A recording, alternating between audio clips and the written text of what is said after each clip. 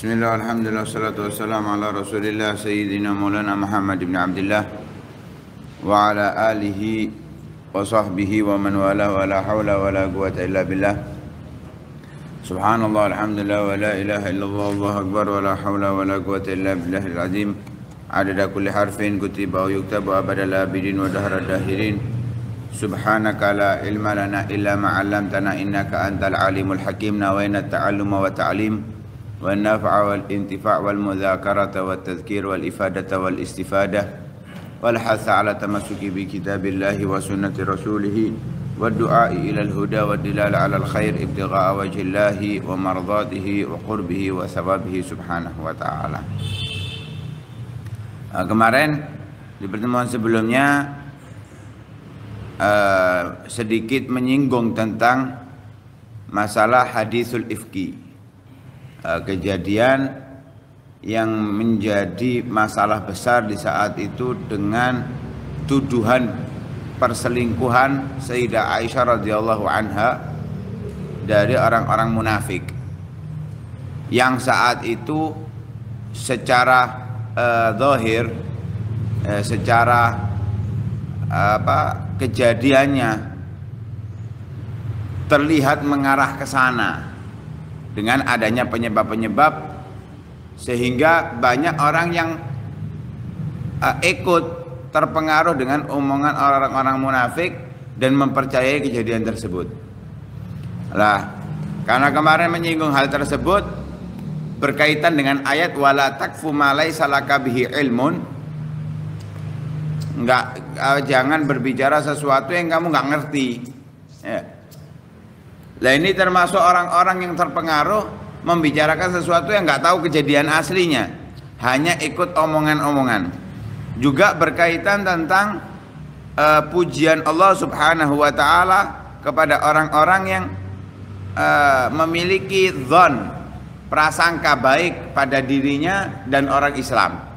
Laula id sami'tumuhu dzannal mu'minina bi anfusihim khairan qalu hadza ifkum mubin. Sudah disebutkan dengan jelas oleh Allah Subhanahu wa taala karena mereka memberikan dirinya prasangka yang baik kepada dirinya dan orang lain. Menyangka dengan mengatakan kejadian itu adalah ifkum mubin. Kabar dusta yang sangat nyata. Ya, karena nggak ada bukti secara jelas, hanya ada tanda-tanda saja. Namanya tanda itu nggak bisa dibuktikan, nggak bisa dijadikan barang bukti. Kalau dalam hukum fikih ada istilahnya itu syahid atau bayyinah. Ya, bayyinah itu ada orang yang menyaksikan atau ada ikrar dari pelaku, pengakuan dari pelaku. Kalau nggak ada, nggak bisa dihukum. Oh, ini ada CCTV itu qarinah. Ya, atau ada yang menyaksikan tapi satu orang tentang perzinahan. Itu namanya qarinah, tidak dikatakan syahid. Nggak bisa dijadikan barang bukti. Nggak bisa dijadikan saksi, sehingga apa yang dikatakannya membuat dirinya sendiri celaka. Namanya qadful muhsanat. Qadhf. Nanti dia akan dihukum dengan haddul qadhf. Lah, karena berhubungan dengan hal tersebut, kita akan menceritakan bagaimana kejadian hadisul ifki itu. Kejadiannya itu terjadi pada tahun kelima saat pulang dari Ghazwah Muraisi' atau Bani Mustalik. Ghazwah Muraisi' atau Bani Mustalik. Ada yang mengatakan itu tahun ke-6, cuman dibantah karena yang ikut hadir di saat itu adalah Sa'ad bin Mu'adz. Sedangkan Sa'ad bin Mu'adz itu meninggal di tahun kelima akhir.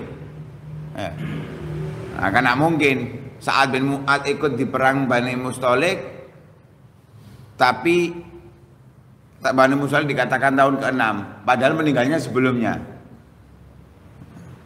Karena itu menurut pendapat yang kuat di bulan Sya'ban di tahun kelima. Lah, di perang Bani Mustalik itu atau perang Ghazwah Muraisi' itu Ubay bin Salul sebetulnya sudah memicu hal-hal yang gak pantas dilakukan dengan mengatakan umat Islam dari Quraisy itu seperti anjing dan semisalnya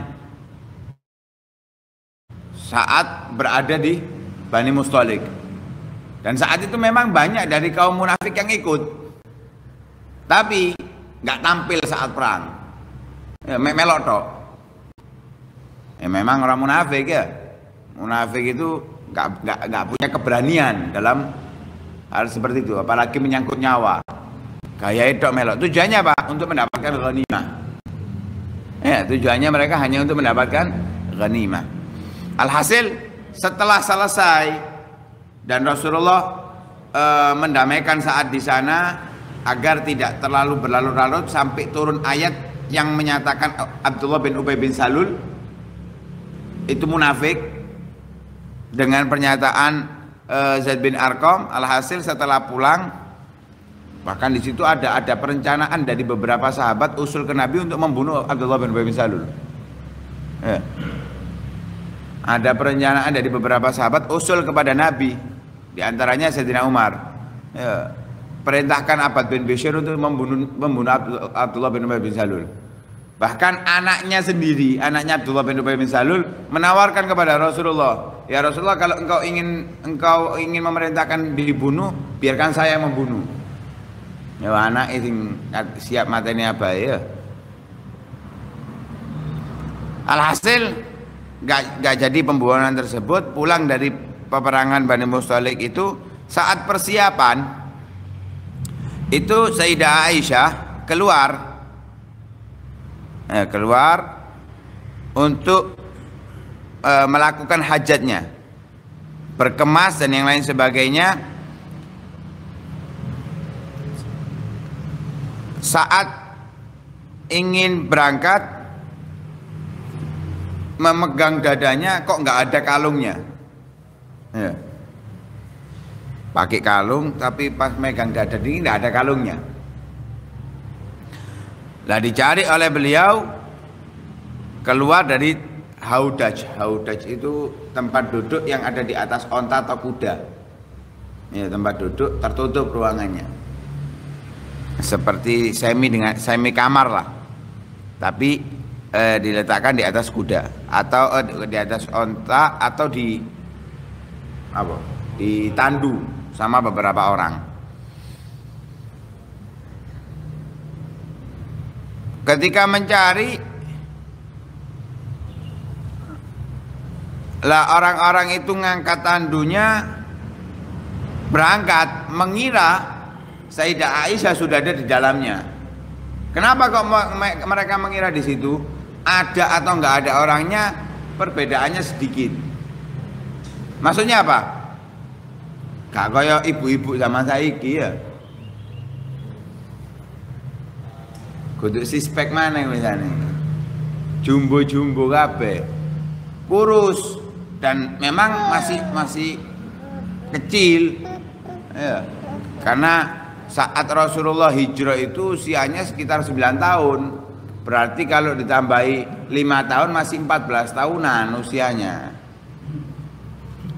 Lah kejadian itu setelah turunnya ayat hijab yang memerintahkan untuk menutup wajahnya. Diperintahkan untuk menutup wajah. Setelah tertinggal dan Sayyidah Aisyah sudah menemukan, kembali ke tempat tinggalnya tadi. Tempat tinggalnya tadi, gak ada orang yang manggil, dipanggil gak ada yang jawab. Artinya mereka sudah berangkat. Ya sudah berangkat. Akhirnya beliau Sayyidah Aisyah bermaksud untuk tinggal di tempat transitnya tadi, tempat istirahatnya tadi. Mengapa? Karena mereka yang berjalan tadi untuk pulang ke Madinah akan melihat, loh kok gak ana wonge balik. Pikirannya Sayyidah Aisyah seperti itu. Lek kari, ini sarannya ini ya, saran. Kalau gak ketinggalan rombongan, gak ono HP, gak iso telepon, gak iso apa, ojo nanti tempat yang sama. Agar kalau mereka mencari kembali ke situ, lek digoleki, golek wong penting, ya. Lek gak penting, wis baba sakarepmu, salahe kon ngilang mang ya. Lah itu harapan Sayyidah Aisyah. Lah tapi karena menunggu terlalu lama, ya menunggu terlalu lama, kecapean Sayyidah Aisyah sampai tertidur. Ya tertidur, terbuka penutup wajahnya. Penutup wajahnya terbuka.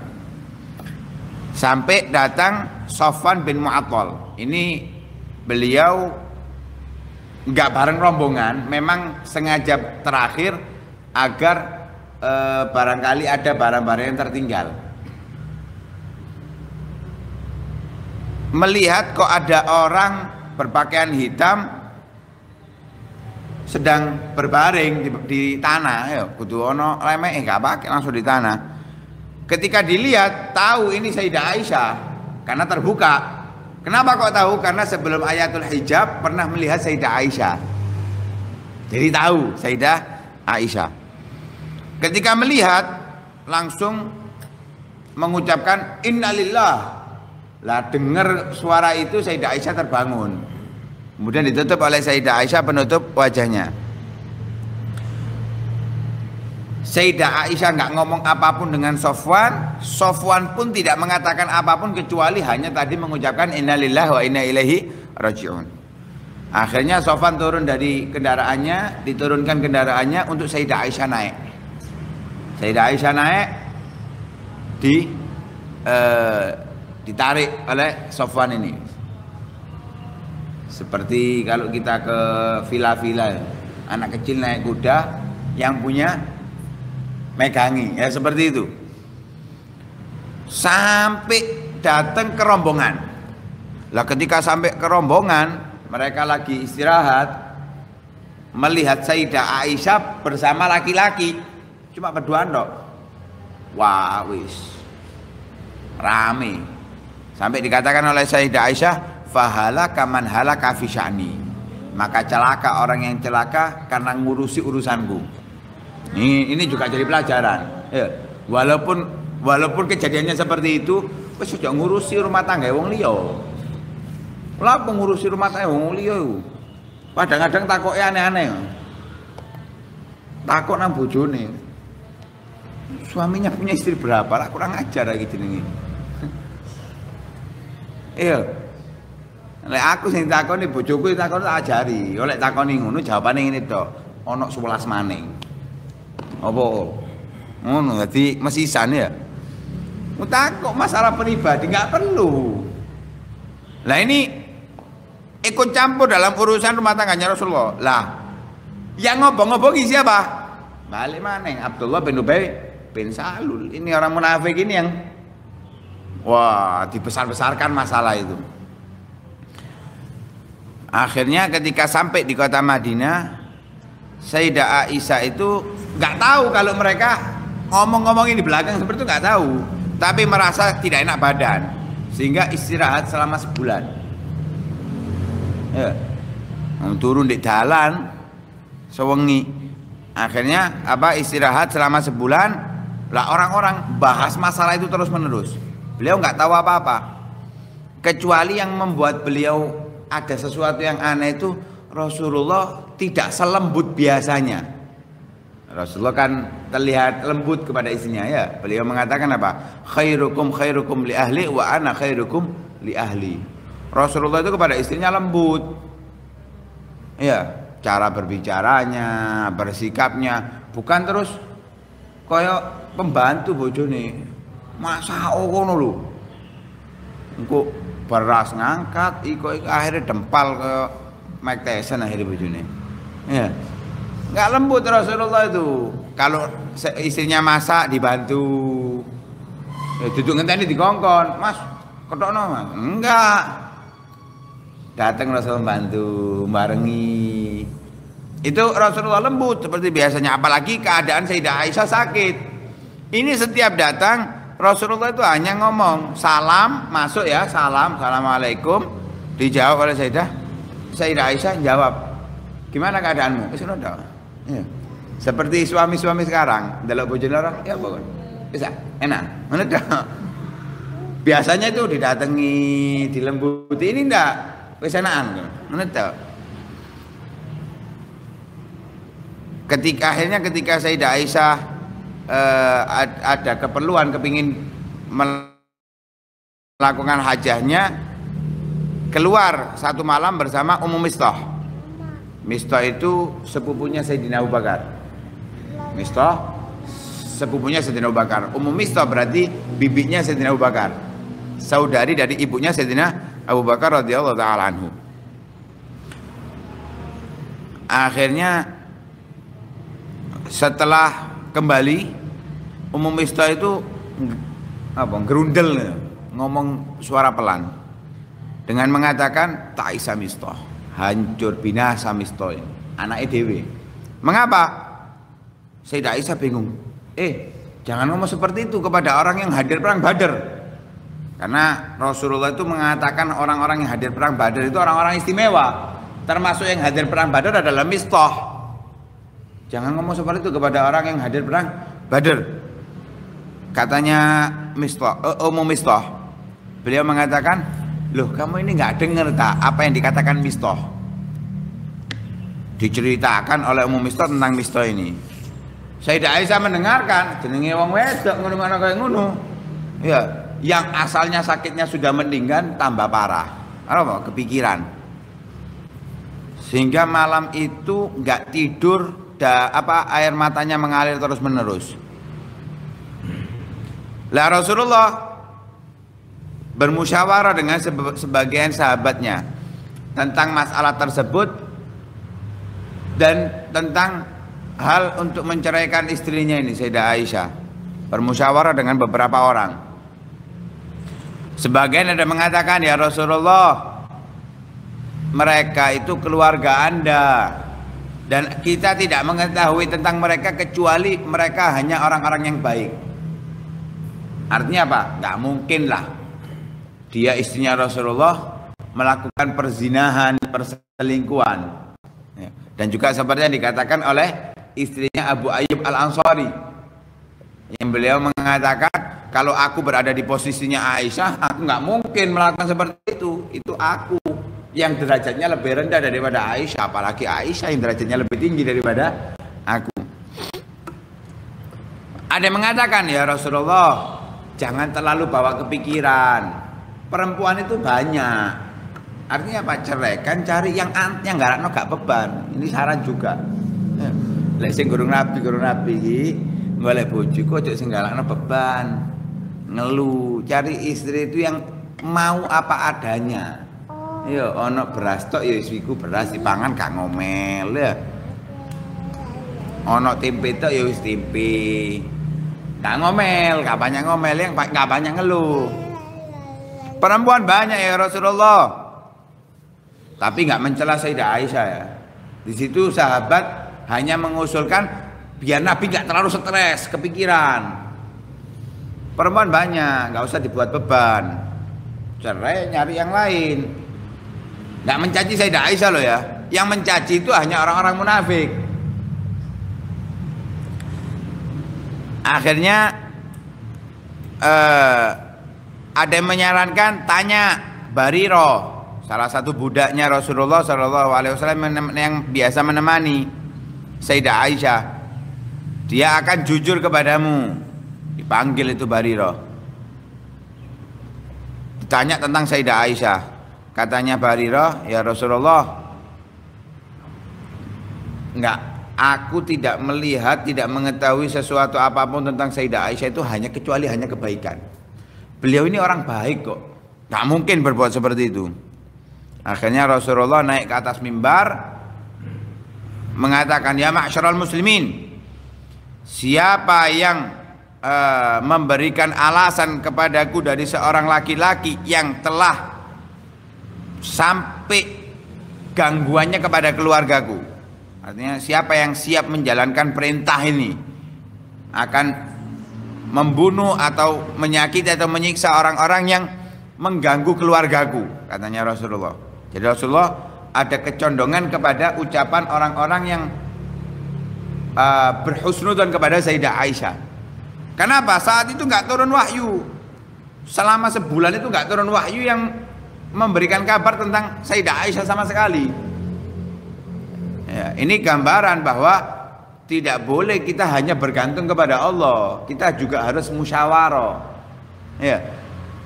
Ma khaba man istasyar wala nadrima man istakhar. Kita minta bantuan Allah iya, tapi kita juga bermusyawarah kepada orang fasik. Wasyawirhum bil amr. Ya. Rasulullah nggak hanya menunggu dari Allah Subhanahu wa taala saja, tapi ada ikhtiar yang dijalankan oleh Rasulullah sallallahu alaihi wasallam.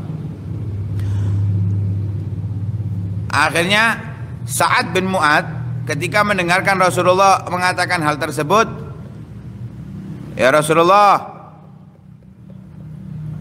kalau memang itu dari Aus, aku akan siap menjalankan perintah Anda. Kalau itu dari orang Aus, akan aku bunuh dia. Artinya yang ganggu keluargamu, kalau dia dari kelompok Aus, aku akan bunuh dia. Tapi kalau dia dari kelompok Khazraj, engkau memerintahkan membunuh, aku bunuh. Kenapa? Karena Sa'ad bin Mu'adz itu pemimpinnya kaum Aus. Nah, kalau pemimpinnya kaum Aus, kalau orang Aus kan atas kepemimpinannya dia. Kalau Khazraj bukan kepemimpinannya dia. Jadi nunggu perintah dari atasannya. Kalau atasannya memerintahkan, walaupun pemimpinnya Khazraj gak terima, gak ada urusan. Ini pemimpinnya Aus dan Khazraj. Rasulullah Shallallahu Alaihi Wasallam. Akhirnya Rasulullah ketika mendengarkan hal tersebut, orang-orang yang ada di masjid rame, saut-sautan. Oh, ya kayak di pasar biasa ya. Atau ibu-ibu pengajian. Kayak suaranya tawon. Sampai sing ceramah kak krungu ceramahe wis wong-wong wis krungu suara tawon. Akhirnya Rasulullah mendiamkan mereka semuanya. Pulang Rasulullah masuk ke rumah Sayyidah Aisyah. Di rumah Sayyidah Aisyah, Sayyidah Aisyah saat itu ke rumah ayahnya. Ya, masuk ke rumah ayahnya, ke Sayyidina Abu Bakar. Ada istrinya Sayyidina Abu Bakar, ada Sayyidina Abu Bakar di situ. Sampai Rasulullah duduk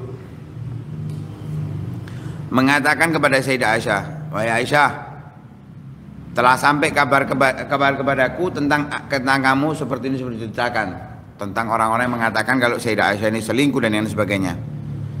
Kalau memang kamu nggak selingkuh, ya Allah akan membebaskan kamu. Allah akan memberikan wahyu tentang kamu bahwa kamu ini tidak berbuat seperti demikian. Tapi kalau kamu berbuat suatu dosa, ya, maka minta ampunlah kepada Allah dan taubatlah. Rasulullah saat itu berada di tengah-tengah, walaupun ada kecondongan ke sana. Tapi namanya perempuan mendengarkan kata-kata seperti itu, si didelok itu negatif. Ya tuduhannya. Padahal Rasulullah itu ada kecondongan dengan Sayyidah Aisyah, nggak mungkin berbuat seperti itu karena dimulai dengan seperti itu. Tapi karena mendengarkan kalau kamu berbuat dosa, ini kata-kata ini Sayyidah Aisyah juga sing iki nih. Nggak bisa ngomong, nangis Sayyidah Aisyah mengisyaratkan kepada ayahnya untuk menjawab Rasulullah Shallallahu Alaihi Wasallam. Katanya Sayyidina Abu Bakar, wallahi la adri ma aku nggak tahu ngomong apa, nggak tahu aku. Ibunya disuruh ngomong, kan mertuanya Rasulullah disuruh ngomong, katanya ibunya Sayyidah Aisyah, aku nggak tahu mau ngomong apa kepada Rasulullah. Ya sungkan, walaupun mantune sungkan. Akhirnya Rasulullah mengatakan, Sayyidah Aisyah mengatakan, wallahi, kalau demi Allah, kalau aku telah mengetahui bahwa kalian mendengarkan tentang kejadian tersebut, dan aku lihat kayaknya kalian juga percaya dengan pernyataan orang-orang yang mengatakan hal tersebut. Kalau aku mengatakan kalau aku ini nggak berzina, nggak selingkuh, kalian nggak akan percaya.